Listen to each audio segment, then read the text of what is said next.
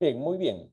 El día de hoy vamos a trabajar el módulo de comunidad terapéutica, ¿no? Sabemos de que dentro de nuestra certificación tenemos el módulo teórico básico, el módulo prevención de recaídas, el módulo de familia, lo que trata coadicción, codependencia, paradependencia. Trabajamos también lo que es el módulo clínico, comorbilidades, el módulo consejería, ¿no? Y el módulo espiritualidad y este módulo, ¿no? El módulo de comunidad terapéutica, ¿no? Entonces, ante todo, vamos a hacer un pequeño repaso, ¿no? Vamos a descubrir los que no sabemos, ¿verdad? Los que no sabemos, vamos a descubrir un poco cómo empieza, ¿no? Este modelaje, porque es un modelo, ¿no? De la comunidad terapéutica. Vamos a centrarnos lo que es la breve historia de las comunidades terapéuticas a nivel mundial. Para ello, más adelante nos vamos a dar cuenta cuál es la diferencia entre centro de rehabilitación y comunidad terapéutica. Eso es lo que tenemos que, eso es lo que tiene que quedar bien claro el día de hoy, la diferencia entre centro de rehabilitación y lo que llamamos el modelaje o el modelo, ¿no? Comunidad terapéutica. No, dice la historia por ahí que en el año 1934, en Ohio, dos alcohólicos se encuentran en la calle, ¿verdad? Se encuentran estos dos alcohólicos en la calle y empiezan a conversar, a hablar. Uno de ellos era cirujano y el otro era corredor de bolsa, ¿no? De la bolsa de valores de los Estados Unidos de Norteamérica. Se juntan y empiezan a conversar, conversan de todo, menos conversan de su alcoholismo, no conversan sobre el trago, no conversan para nada sobre su vida mundana. Conversan sobre la familia, conversan sobre los hijos, conversan sobre la bolsa de valores, empiezan a conversar sobre los pacientes, en el caso de Bob Smith, ¿verdad? Y les da las 5 de la mañana, 6 de la mañana, y ambos se preguntan y se dicen, ¿no? Oye, ¿te has dado cuenta de que hemos conversado de todo y no nos ha dado ganas de consumir alcohol? Desde ahí, ambos personajes, ¿verdad? Empiezan a darse cuenta de que cuando dos alcohólicos conversan de todo, menos de su consumo activo, pasa algo mágico que, bueno, se les pasa las ganas de consumir alcohol. Estos personajes es conocido como Bob Smith, un cirujano, y William Griffith Wilson, ¿no? Es más conocido como Will y Bob o Bob y Will, ¿no? Fueron ellos los que fundan en el año 1935 lo que es la Confraternidad Internacional de Alcohólicos Anónimos. Fueron ellos los que empiezan, ¿no? O empiezan a trabajar los 12 pasos de la espiritualidad de Alcohólicos Anónimos. Ellos fueron los pioneros, ellos fueron los inventores, ellos fueron los autores, ¿no? De estos 12 pasos. A la vez, para que el grupo, ¿no? Para que el grupo no se desintegre, para que el grupo tenga armonía, ¿verdad? Ponen los 12 conceptos, las 12 tradiciones, ¿no? Y ahí también en este mundo de la confraternidad de Alcohólicos Anónimos, ¿verdad? Hay lo que llamamos el padrinazgo, ¿no? Más adelante, por allá por los años 1950, los mismos Alcohólicos Anónimos fundan lo que es un programa netamente para las esposas, netamente para la familia, lo que le llamamos hasta el día de hoy Al-Anon, ¿no? Y para los hijos, ¿no? Para los hijos adolescentes, ¿no? De los alcohólicos también hay un programa, ¿no? Que ellos lo fundan más adelante, en el año 1971 aproximadamente, lo que llamamos Alatín. En la actualidad es Alatín, ¿no? Y fue ahí donde ¿no? Empieza el recorrido de los 12 pasos, ¿no? A partir de 1935. Eh, habían, dice la historia, de que habían algunos participantes de Alcohólicos Anónimos que no eran alcohólicos, ¿verdad? Ellos tenían problemas netamente con sustancias psicoactivas, ¿no? Como la cocaína. Entonces, estas personas no se identificaban con los alcohólicos. El alcohólico tiene una forma muy peculiar cuando está con su carrera adictiva activa, ¿no? Cuando están en activo, cuando están alcoholizados, intoxicados, tienen una forma de pensar muy diferente a la de los toxicómanos. Y fue ahí que uno de los integrantes de Alcohólicos Anónimos, Jimmy Kinnon, ¿verdad? Sale de Alcohólicos Anónimos, se retira de Alcohólicos Anónimos y funda en 1953 la Confraternidad Internacional, que hasta el día de hoy se le llama Narcóticos Anónimos. Narcóticos Anónimos también trabaja los 12 pasos, los 12 conceptos, las 12 tradiciones, el padrinazgo. En este caso, para las esposas, no es Al-Anon en Narcóticos Anónimos, sino es Nar-Anon, Nar-Anon. Y para los pequeños, ¿verdad? Para los adolescentes es Anatín, ¿verdad? Entonces, también por otro lado, ¿no? Al otro lado del mundo, en 1952 aproximadamente, había un psiquiatra, ¿no? Maxwell Jones.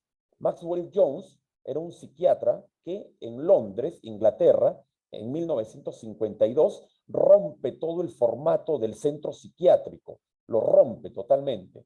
Él trabajaba, ¿verdad? Él trabajaba con excombatientes de la Segunda Guerra Mundial. Estos excombatientes, ¿verdad? Llegaban al centro psiquiátrico con un diagnóstico llamado trastorno de estrés postraumático, trauma, ¿no? Un trauma debido a la guerra, ¿no? Llegaban traumados, ¿no? A este centro psiquiátrico, ¿no? Y ese diagnóstico, el día de hoy, se conoce como trastorno de estrés postraumático. En ese entonces, en 1952, no había este diagnóstico de estrés postraumático. Se le llamaba únicamente, esta persona viene, ¿verdad? Por un trauma, ¿no? Un trauma producto de la guerra, ¿no? Pero fue ahí donde este psiquiatra los separa, ¿verdad? Separa al centro psiquiátrico.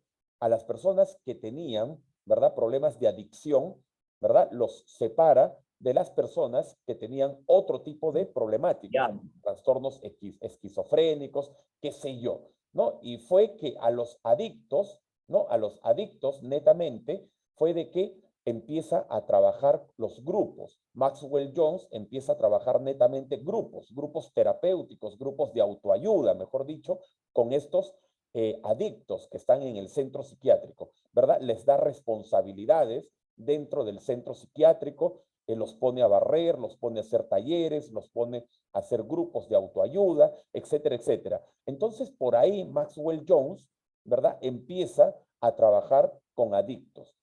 Más adelante, un ex integrante, préstame atención a esta parte, un ex integrante de Alcohólicos Anónimos, ¿verdad? También toxicómano, ¿no? Adicto a las sustancias psicoactivas, igual que Jimmy Kinnon, que fue fundador de Narcóticos Anónimos. Este ex integrante de Alcohólicos Anónimos también se retira de Alcohólicos Anónimos en 1958.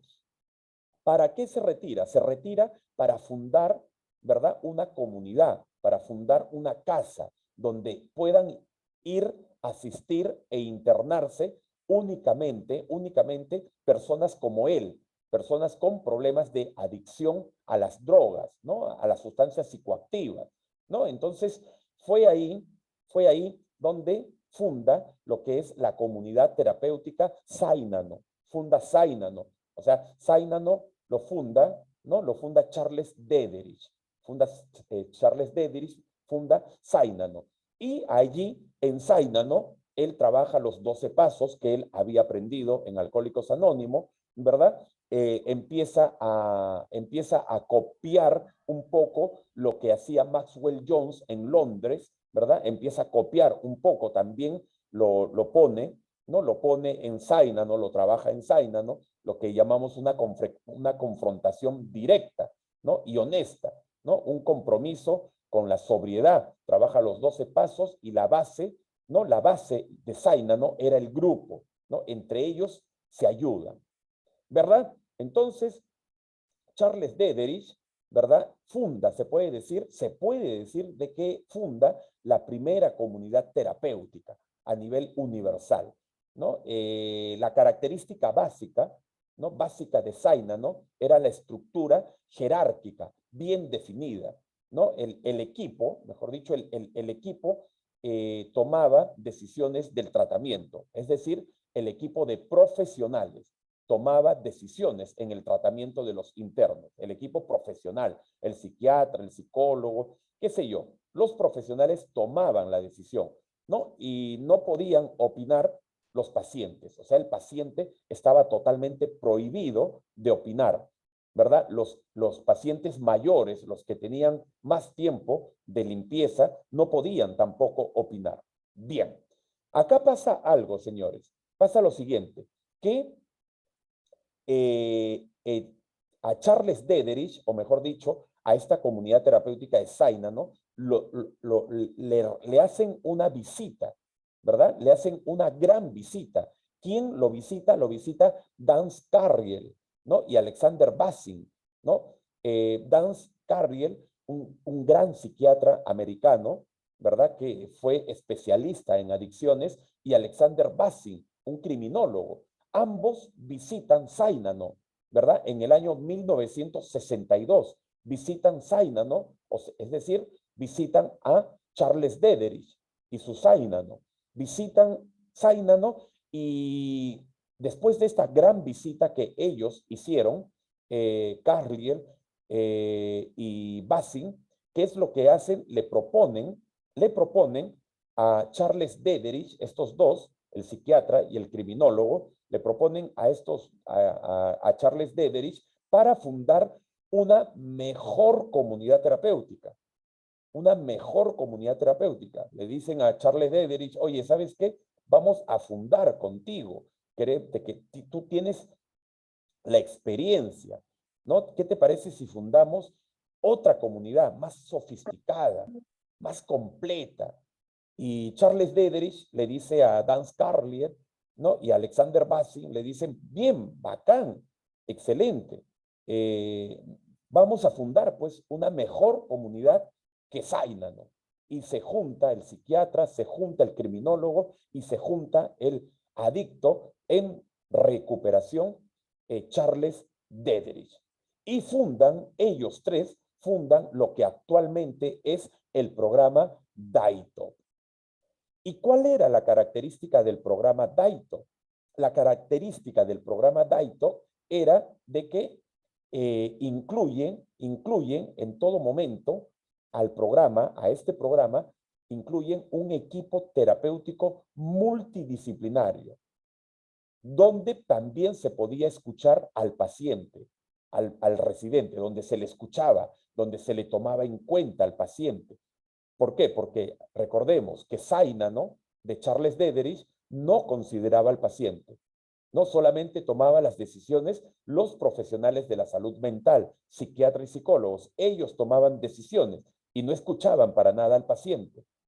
Pero en Daito es totalmente diferente. Dijeron, vamos a tener un equipo terapéutico multidisciplinario, no solamente psiquiatra, no solamente psicólogo, sino también vamos a contar con una asistenta social, vamos a contar con un odontólogo, vamos a contar con un neurólogo, vamos a contar con un médico de medicina general, ¿no? Entonces, un equipo multidisciplinario, dijeron ellos, vamos a contar también con consejeros terapéuticos, exadictos, ¿no? Que se van a capacitar y van a ser consejeros terapéuticos de la comunidad terapéutica DAITO. Y empieza la verdadera comunidad terapéutica. Es allí donde empieza, ¿no? Gracias a Carlier, ¿no? Gracias a Dederich, gracias a Bassin, ¿no? Que se funda en 1962 la primera gran comunidad terapéutica de todo el mundo, DAITO. Bien, ahí está. Entonces, en DAITO, ¿qué es lo que se trabaja? En DAITO, hasta el día de hoy, se trabaja todo lo que implementó Bot y Bill en la Confraternidad de Alcohólicos Anónimos.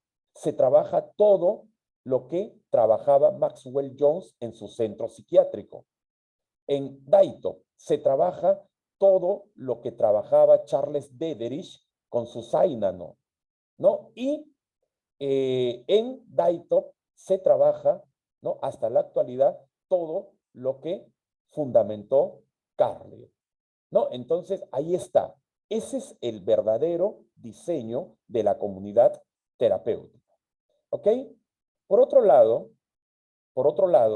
en Italia, por allá por el año 1983, hacen un programa, ¿no? Un programa Uomo, ¿no? Programa italiano, en la cual a los futuros reos se le propone, reos que iban a ir presos, ¿no? Iban a ir presos, se les propone, reos que iban a ir presos con problemas de adicciones, se le propone, se le dice, o te vas a prisión o te vas al programa Uomo, ¿verdad?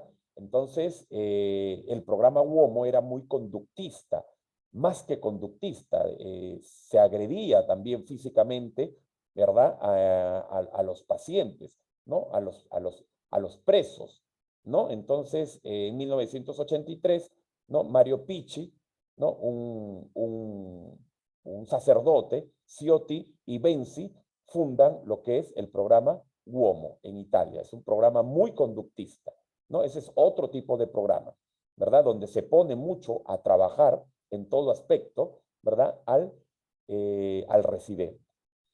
Ahora, Con respeto, doctor, es el proyecto Hombre que conocemos por acá, en España también. exacto, el programa Hombre o Proyecto Hombre, que al inicio era muy conductista y ahora ya está cambiado totalmente, está totalmente cambiado, ya no se trabaja con golpes, ¿no? Antes en este programa se maltrataba al paciente y se le decía, te estoy pegando porque no te pego a ti, sino le estoy pegando a tu monstruo, a tu diablo, a tu Satanás que tienes dentro. Así que tranquilo, no te preocupes, estoy dándole cachetadas, estoy tirándole palo, no a tu espalda, sino a ese diablo que tienes dentro, ¿no? Entonces, por ahí va, ¿no? Por ahí va el tema de los inicios de este proyecto o programa, ¿no? Uomo. Luego se cambió, ¿no? Ya por los años 1988, 1990, se cambió totalmente este programa, ¿no? Ya tomó el perfil del programa Daito. Bien. Ahora, nos hacemos una pregunta, ¿y dónde quedan los centros de rehabilitación cristianos, ¿no? Evangélicos? ¿Cómo empieza? Claro, también tiene un inicio, ¿verdad? Tiene un inicio aproximadamente en el año 1958. Muchas veces decimos que el primer programa cristiano es de Clamor en el Barrio, más conocido como, tiene su nombre, bueno, que Centro actualmente Victoria, Centro Centro, Victoria. Centro Victoria, ¿verdad? Que se le llamaba Centro Victoria, que ahora es Clamor del Barrio, pues no es así. El primer programa, ¿verdad?, cristiano, fue fundado en el Bronx, en el barrio del Bronx, en los Estados Unidos de Norteamérica, por el pastor David Wilkerson. David Wilkerson fue un pastor evangélico, ¿no?, que funda, ¿no?, este programa llamado Fundación Teen Challenger, ¿no? Yo lo llegué a conocer, esta fundación, ¿verdad? Porque existe hasta el día de hoy en los Estados Unidos de Norteamérica. Esta fundación Teen Challenger era exclusivamente para adolescentes y jóvenes con problemas de conducta, de impulsividad, de obsesión, de compulsión, problemas adictivos también, ¿no? Fue ahí donde empieza los inicios del programa, ¿no?, cristiano evangélico de internamiento residencial.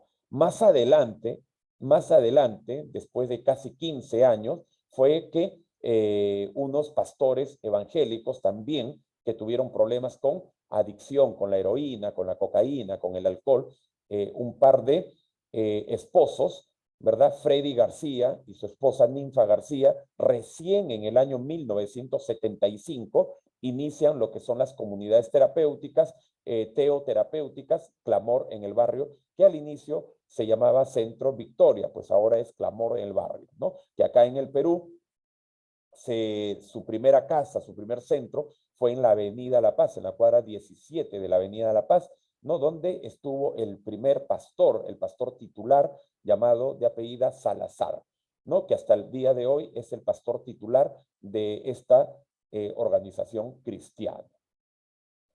Bien, acá tenemos Perú. En el Perú, ¿verdad? En el Perú se funda la primera comunidad terapéutica en el año 1988.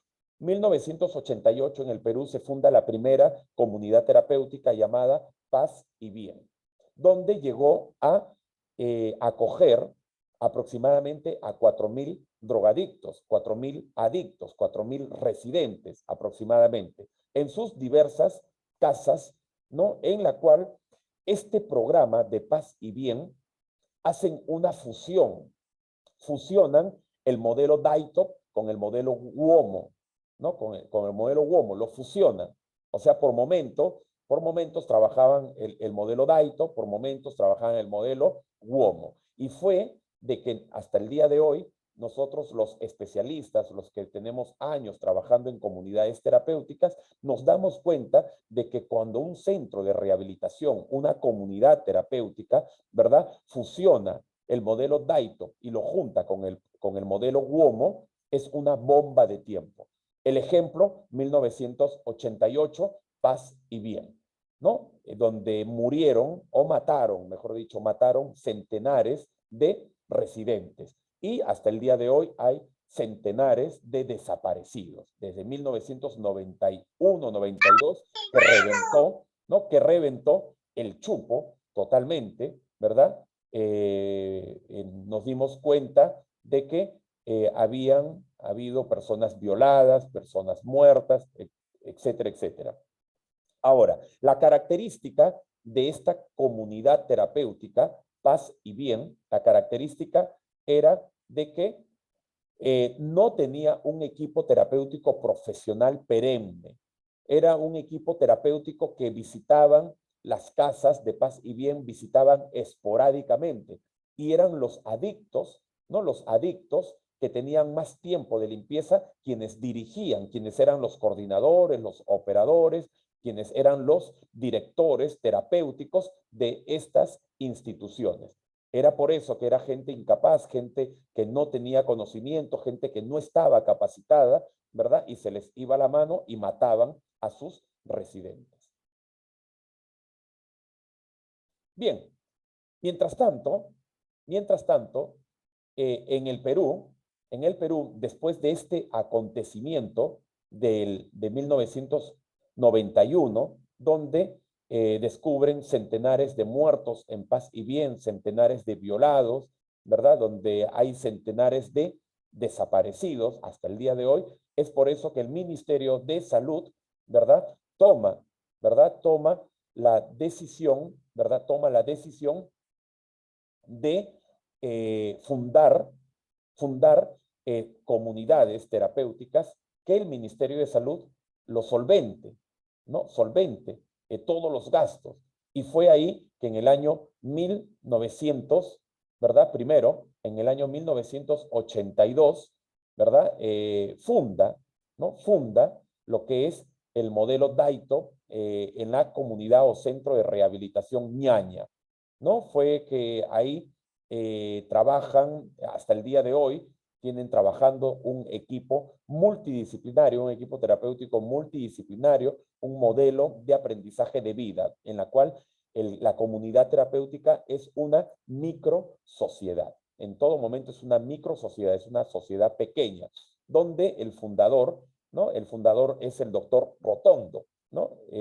Ahora, esta comunidad o este centro de rehabilitación modelo, comunidad terapéutica de Ñaña, es o le pertenece al Hospital Hermilio Valdizán. Más adelante, en el año 1991, ¿verdad?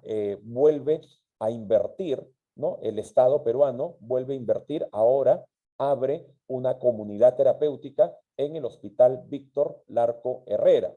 Ahí en el Hospital Víctor Larco Herrera, ¿verdad? Fundan abren en 1991 una comunidad terapéutica llamada el Servicio 18, o más conocido criollamente como el Pabellón 18 del Hospital Víctor Larco Herrera, donde la fundadora fue una psiquiatra especialista en adicciones, donde esta psiquiatra recibe capacitaciones en Italia, ¿no? En el programa UOMO, recibe capacitaciones en los Estados Unidos de Norteamérica, en programa DAITO, y viene con todo el conocimiento tanto de Italia y todo el conocimiento tanto de los Estados Unidos de Norteamérica de DAITO, y le da el Ministerio de Salud, le da la potestad a esta psiquiatra para que funde en 1991 la comunidad terapéutica del Servicio 18 del Hospital Víctor Larco Herrera, que hasta la actualidad tiene aproximadamente 30 años de funcionamiento,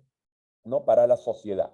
Que trabajan dentro de este Servicio 18 del Hospital Víctor Larco Herrera, el modelo DAITO, el modelo holístico, ¿no?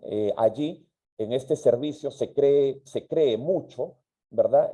Se valora mucho lo que es narcóticos anónimos, alcohólicos anónimos, se valora mucho estas confraternidades, ¿no? Y dentro de este servicio valoran mucho lo que es la opinión del equipo multidisciplinario que está conformado por técnicos de enfermería, por enfermeros, por licenciadas de enfermería, por asistentes sociales, por psicólogos, por psiquiatras, neurólogos, etcétera, etcétera. Es un equipo multidisciplinario, ¿verdad?, que trabaja las 24 horas del día con los pacientes internos, muy parecido a la comunidad de Ñaña del Hospital Hermilio Valdizán. Y es allí donde en el Perú se puede decir que a partir del año 1982 y con más fuerza en 1991, empieza en el Perú, se empieza a trabajar el verdadero modelaje de la comunidad terapéutica.